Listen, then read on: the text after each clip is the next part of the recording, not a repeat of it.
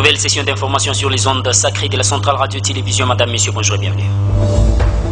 À la une de cette session informative, le chef de l'État des Congolais Félix-Antoine Tshisekedi Tshilombo n'a pas pu atterrir à Kananga la soirée de ce 23 décembre de l'année en cours comme prévu suite aux conditions météorologiques, et c'est la journée de ce mardi 24 décembre de l'année en cours que le chef de l'État va entamer sa visite dans cette partie de la République démocratique du Congo à suivre dans cette session informative.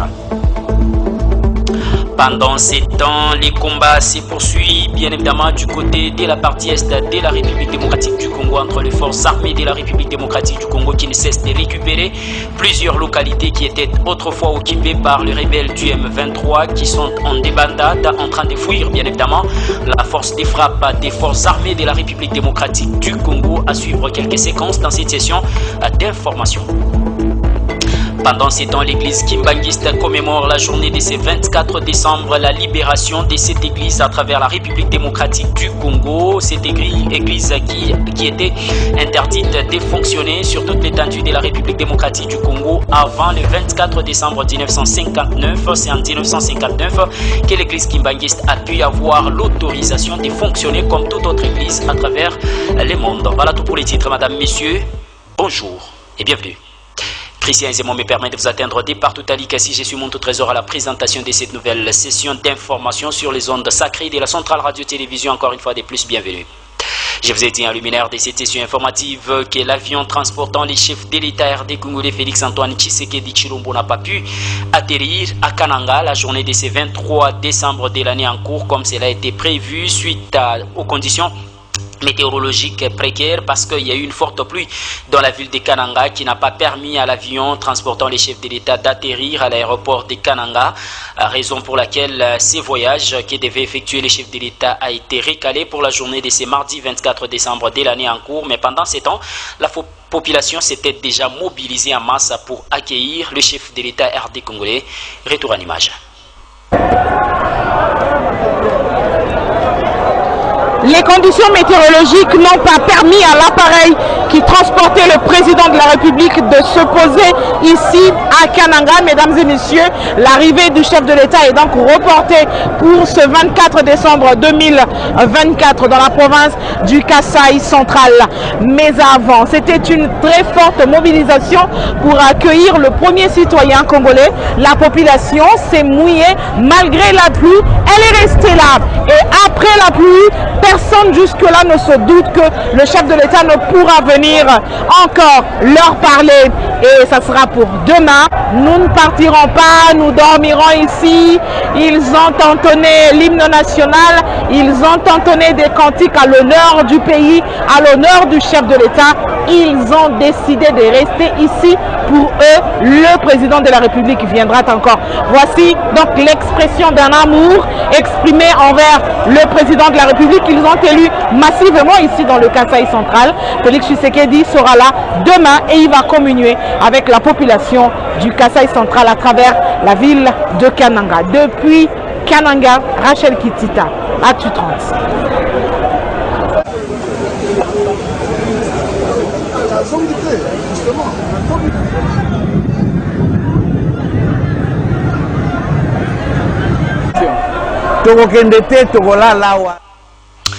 Et puis, en bref et en image, le chef de l'État des Congolais Félix-Antoine Tshisekedi Tshilombo a effectué une visite à la journée de ce dimanche 22 décembre de l'année en cours à Bujumbura, capitale du Burundi, où il a eu un tête-à-tête avec son homologue du Burundi, Évariste Ndayishimiye. Question de pouvoir échanger autour des questions liées à la coopération bilatérale entre la République démocratique du Congo et la République du Burundi. Les deux personnalités ont échangé, mais aussi sur des questions liées à la situation sécuritaire dans la partie est de la République démocratique du Congo. Retour à l'image.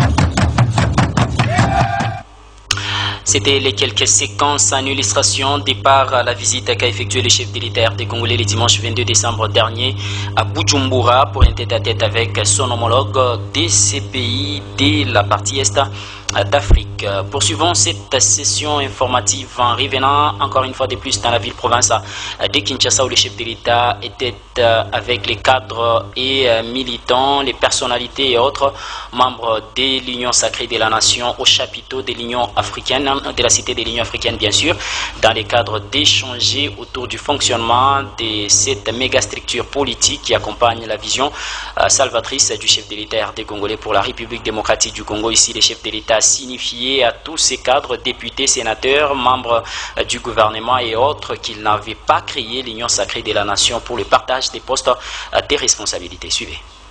Motiver les équipes, surtout mettre en avant les idées les plus novatrices. Députés nationaux, sénateurs, membres du gouvernement, les chefs des regroupements et partis politiques de l'Union sacrée étaient autour du président de la République, Antoine Félix Tshisekedi Tshilombo, au chapiteau de la cité de l'Union africaine. Les chefs de l'État ont commencé par faire la restitution du processus de Luanda, dont le président rwandais avait prié par son absence. Pour le président Tshisekedi, la RDC reste intransigeante à la discussion avec le M23 et tous les moyens seront mis en œuvre pour récupérer toutes les localités sous contrôle du M23 soutenues par le Rwanda. D'où l'appel à l'unisson pour sauver Congo-Kinshasa. En créant cette union sacrée, ma vision était que l'union sacrée n'allait pas d'abord dans un premier temps se comporter comme tout ce qu'on a vu comme regroupement politique avant cela dans l'histoire de notre pays. Je voulais qu'on se distingue, que nous ayons une attitude différente de ce qu'on a toujours vu ici. Une attitude altruiste, tournée vers l'intérêt d'abord de notre peuple. Moi, j'avais mis toute mon énergie, et vous le savez, à créer cette union sacrée. J'ai pris des risques, vous le savez, parce que nous étions dans une coalition. Et lorsque j'ai vu que cette coalition me tirait vers le bas et ne me permettait pas de servir mon pays comme je l'entendais, j'ai donc lancé un appel à mes compatriotes, appel auquel vous avez tous répondu. Mais moi, je ne lançais pas un appel au partage des privilèges. Je lançais un appel à construire ensemble ce pays. La plus haute autorité politique de l'Union sacrée a demandé à tous de se doter d'une nouvelle mentalité afin de répondre aux attentes du peuple. Félix Antoine Tshisekedi a appelé à bannir les antivaleurs et à se réengager aux valeurs pour lesquelles l'Union sacrée a été créée, à savoir le peuple d'abord. Et puis je vous ai dit un luminaire de cette session informative qui a eu d'intenses combats dans la partie est de la République démocratique du Congo entre les forces armées de la République démocratique du Congo et les rebelles ou le mouvement terroriste du M23 qui écume la partie est de la République démocratique du Congo en soutien avec l'armée rwandaise. Dans la partie est de la République démocratique du Congo, il y a depuis quelques jours des violents affrontements entre les forces loyalistes et les mouvements rebelles M23 soutenus par le Rwanda. Des combats ont été enregistrés dans les territoires de Lubero à plus de 150 km de la ville d'Igoma où l'armée, grâce à son offensive et à sa force offensive bien évidemment, est en train de récupérer plusieurs portions des terres qui étaient occupées autrefois par les rebelles rwandais, mais aussi les militaires rwandais, mais aussi les terroristes du M23 dans cette partie de la République démocratique du Congo. Cependant, on annonce plusieurs localités déjà récupérées dans cette partie de la République démocratique du Congo grâce à la force offensive des FARDC. Vous aurez bien évidemment de plus amples détails dans nos prochaines éditions sur les différentes localités déjà récupérées par les forces armées de la République démocratique du Congo qui disent vouloir continuer jusqu'au bout.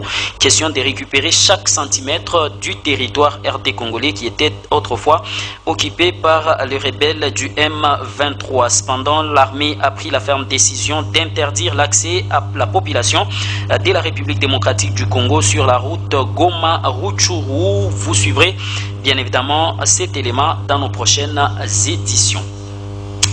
Pendant ces temps, c'est un véritable coup de filet réussi par le vice-premier ministre et ministre en charge de l'Intérieur et Sécurité, Jacquemain Chabani, dans la ville-province de Kinshasa, qui a annoncé bien évidemment cette nouvelle journée de ce dimanche 22 décembre de l'année en cours à Kinshasa grâce à un réseau de malfrats qui était en train de s'aimer l'insécurité dans la ville-province de Kinshasa en escroquant la population de cette partie de la RDC. Lorsque le vice-premier ministre a été saisi de la situation, il a lui-même organisé l'opération, question de mettre la main sur ces réseaux des malfrats. Suivez. Que nous avons été alertés et que les services sont derrière un réseau de contrebande qui fait entrer en République démocratique du Congo des conteneurs de la marchandise par des voies non légales. Et nous avons aujourd'hui eu la grâce que nos services ont pu mettre la main sur un déchargement de conteneurs ici à Maluku. Dans un port qui n'est pas habilité à faire entrer des conteneurs venant de l'extérieur, donc en international. C'est comme ça que nous sommes venus faire le constat de cette saisie et du scellé de ces lieux. Et ça nous permet aussi d'encourager tous nos services qui font leur travail de bien le faire et d'aller encore plus loin pour dénicher tous ces réseaux et mettre fin à cette insécurité financière et sécurité aussi des personnes, sécurité politique qui touche notre pays. Donc on encourage les services, les différents services qui sont sur ce dossier à aller jusqu'au bout et à neutraliser cette contrebande. Merci. De Kinshasa, rendons-nous encore une fois de plus à Kananga, chef-lieu de la province du Kasaï central, où les femmes de cette partie de la République démocratique du Congo étaient sur les principales artères de la ville de Kananga la journée dès ce 23 décembre de l'année en cours pour marcher. Question de dire non à l'invasion du Rwanda et des militaires rwandais qui sont en train de soutenir les mouvements terroristes M23 dans la partie est de la République démocratique du Congo, en sémant l'insécurité et l'inquiétude dans cette partie de la RDC. Suivez. Trop, c'est trop. La population du Kasaï central dit non et non à l'aventure de Paul Kagame, parrain des terroristes rwandais du M23 et ses complices étrangers dans la partie est de la République démocratique du Congo. Sur initiative de la vice-ministre de l'Intérieur, Sécurité et Décentralisation, Eugénie Tshilakamba, les femmes de toutes tendances confondues ont envahi les rues de la ville de Kananga déjà tôt dans la matinée pour une marche de colère et surtout réitérer leur soutien aux efforts du chef de l'État et commandant suprême Félix-Antoine Tshisekedi Tshilombo. L'occasion pour le numéro 2 de la territoriale au pays et ses pairs d'implorer la présence divine et ancestrale face au complot et front monté par les ennemis de la nation contre les peuples congolais et les institutions légalement établies.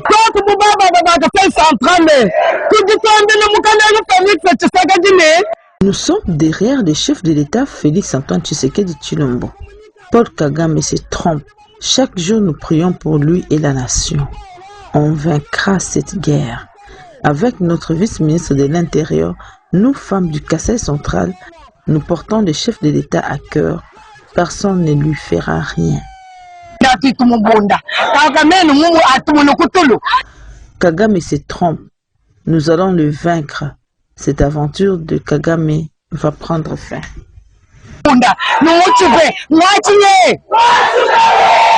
Au front dans sa base naturelle pour défendre les intérêts de la patrie, la vice-ministre de l'Intérieur, Eugénie Tshilakamba, s'est rendue au temple de Saint des derniers jours en Gaza pour solliciter l'accompagnement de cette confession religieuse mondiale.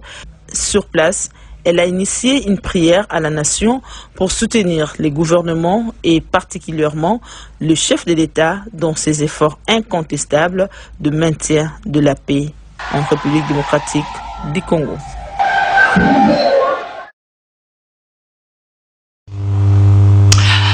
C'était à l'initiative de la vice-ministre en charge de l'Intérieur et Sécurité dans cette partie de la République démocratique du Congo. Ce journal se poursuit sur les antennes de la centrale radio-télévision en prenant la direction du Kasaï oriental où 3 personnalités d'État en République démocratique du Congo et 3 hommes d'affaires de la RDC, dont M. Albert Youma, ont visité l'université d'Mbujimai, construite à l'initiative du gouvernement central de la République démocratique du Congo, et les travaux ont déjà avancé considérablement. Très bientôt, cette université sera à la disposition de l'État RD congolais pour son fonctionnement. Suivez. L'université officielle d'Mbujimai UOM a tout récemment reçu la visite des grandes figures congolaises. En l'occurrence, l'homme d'affaires congolais Albert Youma et le professeur Baloufou Bakupa Kaninda, réalisateur congolais, qui ont visité tour à tour les dignes infrastructures en construction qui abritent l'université officielle de Mbujimai. Guidés par M. l'abbé recteur Apollinaire Tshibakati Kongu, ils étaient dans différents auditoires. Hommes des étudiants, passant par des cliniques universitaires situées dans l'enceinte de l'ex-hôpital général de Dipumba, où ils ont visité également plusieurs salles des malades et différents locaux administratifs pour la faculté de médecine en pleine réhabilitation afin d'offrir aux médecins un cadre approprié pour leurs études et recherches. J'étais impressionné, je vous avoue que quand on est à Kinshasa, quand on suit les réseaux sociaux, on a l'impression qu'il n'y a rien qui se passe en Mbujimai. Donc avant même d'arriver ici à l'université, je dois dire que j'ai été agréablement surpris. On a roulé sur des routes en parfait état. Ça fait longtemps que je n'étais pas venu à Mbujimai. Donc déjà, la première chose, c'est qu'il y a des choses qui se passent, il y a des routes qui sont construites, et puis il y a l'université. Et quand je vois la taille de cette université, nous avons visité les auditoires, nous avons visité le home des étudiants, nous avons visité les réfectoires et la cuisine. C'est rassurant ce que enfin nos étudiants, non pas de Mbujimai mais du Kasaï oriental, vont pouvoir étudier dans des conditions normales auxquelles ont droit tous les étudiants. Il y a un minimum pour que le savoir soit transmis et que le savoir soit intériorisé. Et je crois que dans l'université de Mbujimai, telle qu'on a vu la phase où ils sont arrivés, et si j'ai bien compris, dans à peu près maximum 1 an, tout ça sera remis à disposition. Nous aurons une université aux normes internationales. J'estime qu'on doit rajouter aux standards internationaux d'autres auditoires. On doit certainement ajouter des réfectoires, salles de lecture, salles d'études et bibliothèques. J'ai cru comprendre de par les informations communiquées par le recteur que ce sont dans ces demandes futures aux autorités et ça sera très important qu'on accède aux demandes du recteur. Après leur randonnée, ces visiteurs des marques ont unanimement apprécié les réalisations effectuées par le comité Tshibaka qui ne ménage aucun effort pour le bien-être des étudiants est-kassaïens qui ne doivent pas être en reste. Mais j'avais entendu parler de travaux de l'université de Mbujimai. Vous savez, quand on est à Kinshasa, on reçoit parfois de nouvelles qui ne sont pas véridiques. Donc en étant sur place, je découvre un chantier très avancé et avec ce qui ressemblerait désormais à une université, parce que vous savez, l'université c'est un endroit où on transmet du savoir, où on donne un enseignement de spécialisation. Et il faut que ça ressemble à une université. Il y a des conditions pour transmettre les savoirs, il y a des conditions pour recevoir ces savoirs. Et aujourd'hui, je peux dire que l'université de Mbujimai aura les infrastructures et les éléments qui concourent à mieux transmettre le savoir. Et je suis vraiment très content de ça. Moi, je suis un forçat du Congo, je suis un patriote accompli. Donc, il m'a été demandé par le recteur de l'université de Mbujimai, avec lesquels j'ai eu une conversation très intelligente et très enrichissante, de penser à améliorer leur section de communication audiovisuelle. Donc nous allons penser ensemble à ce que soit enseigné ici d'une façon efficiente les arts de l'image. Vous savez, on ne peut pas construire une élite intellectuelle sans qu'elle soit éduquée à l'image. L'éducation à l'image, c'est ce qui nous manque bien souvent. Nous nous complaisons dans le bruit. Oui, notre musique populaire est une belle musique, mais un peuple doit être éduqué à lire son image et à produire dans son propre imaginaire la représentation de l'image qu'il donne au monde ou qu'il se donne lui-même. Et ça, c'est quelque chose qui manque. Donc moi, je vais participer...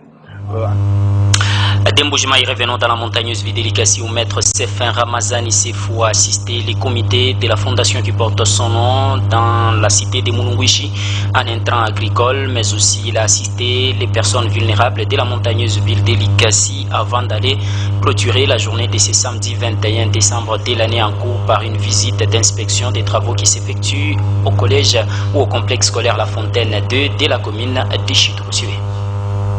21 décembre 2024, la Fondation des Amis de Maître Sefin Ramazani a encore une fois démontré son engagement indéfectible en faveur du bien-être des communautés locales. Sous l'impulsion de son fondateur visionnaire, Maître Sefin Ramazani, cette méga structure s'est distinguée par des actions humanitaires et sociales d'une portée exceptionnelle.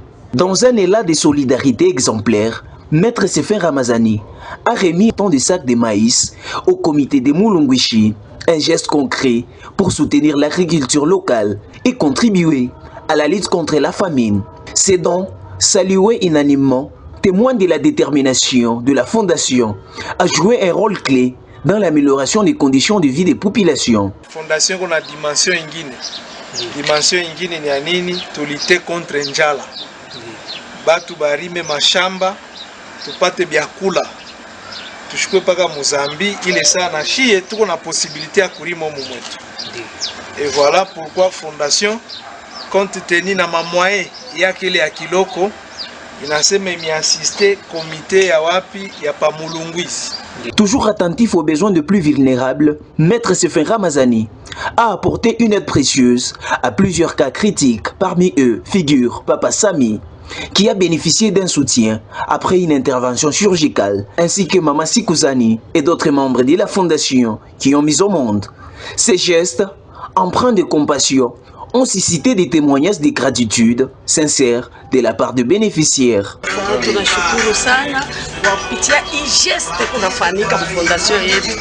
Tunampikia baba president wetu, asante sana, endelee kutenda mema. Maître Sefin Ramazani anamtuma kwa paka mlo kwa kuya kuniachia nipatie 2 membres Kakamba Notia na Manda Kumbia. Wote bawili nashukuru, napokea dekoli envelope. Asante sana. Nampikia asante. Mungu amubariki. Sina vya mingi vya kusema. Après ces actions humanitaires, Maître Sefin Ramazani s'est rendu sur les chantiers du complexe scolaire La Fontaine, dans la commune de Chitougou, où il a inspecté les travaux en cours et a exprimé son ambition de continuer à créer des infrastructures modernes pour l'encadrement et l'éducation scolaire. Ces projets reflètent sa vision d'un avenir où chaque enfant, quelle que soit sa condition sociale, aura accès à une éducation de qualité. On ne peut pas avoir un bon encadrement de l'éducation qu'en ville, même dans les périphéries. On peut aussi avoir de beaux cadres pour l'éducation de nos enfants. Nous ne voulons pas que les gens, lorsqu'il faut avoir un beau cadre, vous devez faire des kilomètres ou prendre des bus. Nous voulons amener l'éducation à tous et c'est de cette façon que nous pouvons développer notre ville d'Elikassi et par ricochet la République démocratique du Congo. Ce n'est pas seulement ici, il y a d'autres écoles ici et nous pensons élargir quand même l'espace, pourquoi pas à Kolwezi, où le projet a déjà commencé, et aussi pourquoi pas à Fungurume. Donc les soucis majeurs, c'est le développement du pays. Maître Sefin Ramazani est un homme d'exception dont les prouesses et les grands cœurs continuent d'inspirer admiration et respect. Visionnaire et profondément altruiste, il se distingue par sa capacité à transformer des idées nobles en actions concrètes. Par des gestes généreux et son dévouement, il incarne un véritable modèle de leadership humanitaire, apportant espoir et soutien aux communautés dans les besoins, sa détermination à combattre la faim, à soutenir le plus vulnérable et à investir dans l'éducation témoigne de son engagement sans faille pour le bien-être et les progrès collectifs. Et puis les fidèles de l'église kimbanguiste du monde entier commémorent la journée de ce 24 décembre de l'année en cours, la date de la libération de l'église kimbanguiste qui était interdite en son temps de pouvoir fonctionner en RDC à l'époque coloniale bien sûr. C'est le 24 décembre 1959 que les colonialistes belges avaient pris la ferme décision de pouvoir libérer l'église kimbanguiste pour qu'elle puisse aussi fonctionner comme toutes les autres églises à travers le pays et à travers le monde. Suivez donc l'extrait de cette déclaration faite par les pasteurs Boukassa devant la caméra de la Centrale Radio-Télévision. Oui. Chaque 24 décembre, nous commémorons la journée de la reconnaissance officielle de l'église kimbanguiste depuis 1959. Donc cette année, c'est le 65e anniversaire que nous commémorons cette date. Donc demain, on aura culte dès 9h. À 9h, on aura culte. À part le culte, il n'y aura pas d'autres cérémonies. Je crois qu'il y aura prédication. Puis les groupes théâtrales qui est vraiment, qui était déjà choisi et toutes ces années, qui fait l'organisation, qui fait l'organisateur de cette journée. Je crois c'est une journée qui est dédiée au groupe théâtral. Je pense qu'il y aura sûrement des pièces théâtrales. Il y aura une pièce théâtrale qui va démontrer ce que c'est la journée. Mais là, cette journée, uniquement pour vous les kimbanguistes, ou bien même les autres partenaires peuvent venir? Non, tout le monde peut venir. Moi, j'appelle tout Congolais, c'est un kimbanguiste. Tout Congolais est kimbanguiste. Alors tout le monde peut venir, toutes les confessions religieuses, tout le monde. Et puis l'Istel Likasi a organisé une séance pratique la journée de ce 23 décembre de l'année en cours avec les étudiants et étudiantes qui évoluent dans les sciences infirmières au sein de cette institution de la montagneuse ville de Likasi. Au positif, vous allez voir là où vous aviez mis l'antigène A. Là où vous avez mis l'antigène A, s'il y a eu l'action des colères qu'on appelle agglutination, vous dites que le malade est de groupe A. Maintenant, les résistes, il faut regarder là où vous avez mis l'antigène 2 qui détermine le résiste. Si, et seulement si, l'antigène A, il y a eu l'action des colères, il y a eu agglutination, et que l'antigène 2, il y a eu agglutination, vous dites que le client ou le malade est de groupe A, résiste positif. Maintenant, si partout, sur les 3 tangentes ou les 3 cercles, là où vous avez mis les antigènes, les antisérums ou les antigènes, et qu'il y a agglutination partout, vous dites que les malades... Oui, je me nomme Chimouanza Mwenze Félix, élève de l'option sage-femme, bac 1, à l'Istel Likasi. Pour tout ce que nous venons d'apprendre en biologie, sur les premiers chapitres et d'autres chapitres derniers que nous avons appris, j'ai mémorisé beaucoup plus les systèmes ABO. Donc c'est sur le système ABO et je peux avoir quelques explications à donner aux auditeurs qui peuvent nous suivre à la radio. Donc par là un peu de système ABO, c'est ce qu'on appelle communément dans la cité le groupe sanguin. Ça c'est un terme qui est connu de tout le monde, on appelle le groupe sanguin. Et parmi ces groupes sanguins-là, nous avons appris qu'il y a au moins 3 groupes sanguins, où s'ajoute aussi le 4e groupe sanguin, où je vais citer selon l'ordre. C'est-à-dire nous avons le groupe A, nous avons le groupe B, nous avons aussi le groupe O, où s'ajoute aussi le 4e groupe, je vais dire le groupe AB. Et nous avons appris aussi comment déterminer ces groupes sanguins.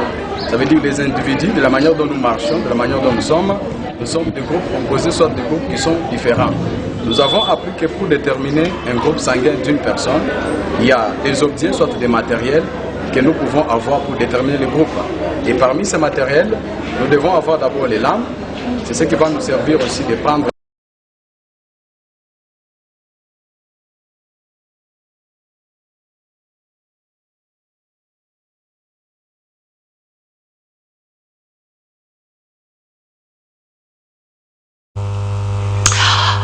Et puis, la fondation Titimbi à Luboya a assisté 2 membres du parti politique UDPS, Fédération de la Montagneuse Vidélicassi, la journée de ce samedi 21 décembre de l'année en cours pour diverses raisons, proportionnellement aux prescrits statutaires de cette ASBL qui évolue dans la Montagneuse Vidélicassi et qui accompagne la vision salvatrice de la députée nationale élue de la Montagneuse Vidélicassi, honorable Titi Mbia Luboya. La population en détresse fait partie du credo de la fondation Titimbi à Luboya, qui ne cesse de donner une lueur d'espoir à ceux qui en ont besoin, comme ici, en plein cœur du centre-ville de Likassi, où la famille du regretté Audric Niemboué, membre de la force du progrès de la machine politique UDPS, est la première à recevoir la forte délégation de la fondation Titimbi à Luboya, la journée de ce 21 décembre de l'année en cours. Vumye kuna vile nyumba mukiriyo kujui we nyumba muku mienne. Ni le slogan de la guidée et puis nous sommes une très grande famille moya, famille politique na mafinite na iku ya mingi. Mambo na tubamba inafamba chibote mfamille. Makuya kupitia ma relation familiale, ma relation politique. Il y a honorable Timbia, il est ma relation nayo, ma affinité na famille, et puis na ma relation ya politique. Na si mapana, mambo yote wamba famille ma famille yangu, ma affinité ya famille yangu, et puis politique, et puis biologique, et puis kutabachana, nishine kupita, kufanya semblant, non, il est kiloko konayo. Il a toujours posé un acte de générosité. Ni mui optique nasema pana mambo kilio ya kufikia tellement alilete sana sasa mbafisha mmoja mkawapigie mbafishi sana munjina yangu na munjina fondation na munjina ma affinité familiale na ma affinité politique. En tout cas kiloko alikuwa nayo anatuma mwende mkabafishe munjina yangu munjina fondation na munjina famille. Nous devons afficher famille, nous avons famille honorable. Merci. Objectif, remettre cette enveloppe consistante pour répondre au principe biblique qui enjoint à la Jeanne d'Arc Titimbi à Luboya de pleurer avec ceux qui pleurent. Question pour elle de soutenir la famille éplorée dans cette dure épreuve.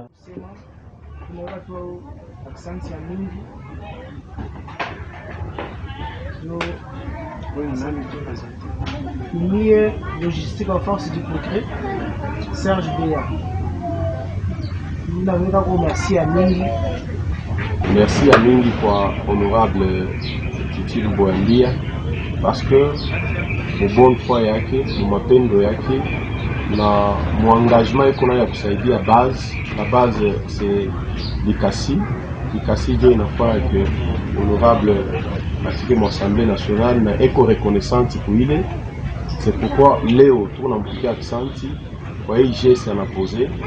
Ni magumu inatubamba ashitwache au même moment anashikia kwa na magumu au même moment anaji anatuma hii délégation iko hapa pour qu'il soit assisté muri magumu tuko nayo na tufike mnamuna logique ndugu yetu. C'est pourquoi très particulièrement au nom de la force du progrès, au nom de l'UDPS, de notre mère, notre famille, tunapikia aksanti sana na tunamulomba endelesha hii kazi. Ni haina bantu bote ndio wanasaidiana hivi, mais yeye iko na roho iko très particulier ya kusaidia bantu.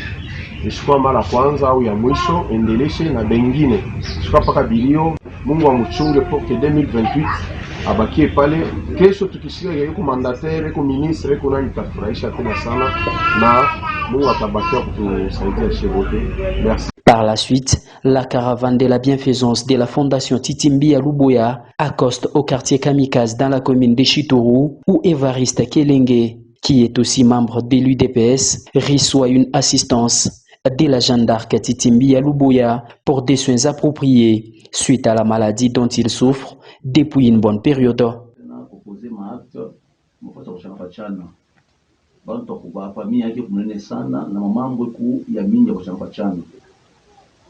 En tout cas, loko alileta asa mwende mbele na hii envelope mkunayo mpatiwa malari. Ce n'est pas pour personne, vous êtes en famille, il doit parler l'État yoi. Mpatiwa yoi ndio kiloko tuna préalable ndio tuna préjugé muhimu natupatia kwa. Parce que huko vingine ndio na ya mingi tupatia watu. Na huyu na manifeste volonté yake kutusaidia. En tout cas moi j'ai tout le monde.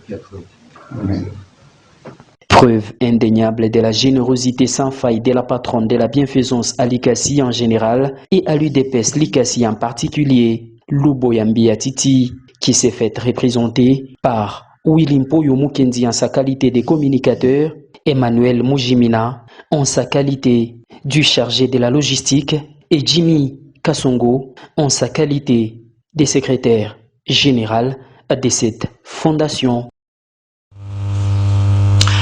Place à présent, rappel des titres.